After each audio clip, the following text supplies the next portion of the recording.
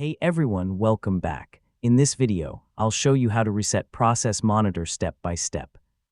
If Process Monitor isn't working as expected, your filters or settings have become misconfigured, or you simply want to restore the application to its default state. Resetting it can often solve the problem.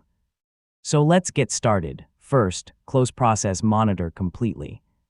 If it's still running, exit the application and open Task Manager to make sure there are no remaining Process Monitor processes running in the background. If necessary, end the process before continuing. Next, reopen Process Monitor and clear your current session. Click the Edit menu and choose Clear Display to remove all captured events. Then open the Filter menu and select Reset Filter or remove any custom filter rules you've created. This restores the event view so you're no longer limited by previous filters. If you've enabled boot logging or changed advanced options, open the Options menu and disable any features you no longer need. Returning these settings to their defaults can help eliminate unexpected behavior during future captures.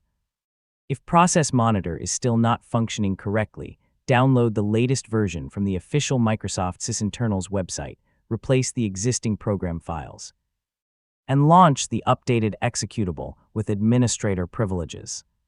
Since Process Monitor is a portable application, replacing the files is usually all that's required.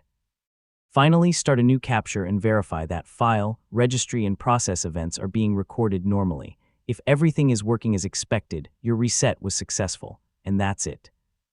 You now know how to reset Process Monitor and restore it to a clean working state for troubleshooting Windows and application issues. If this tutorial helped you, don't forget to like the video, share it with your friends, and subscribe for more easy tech guides. Thanks for watching, and I'll catch you in the next one.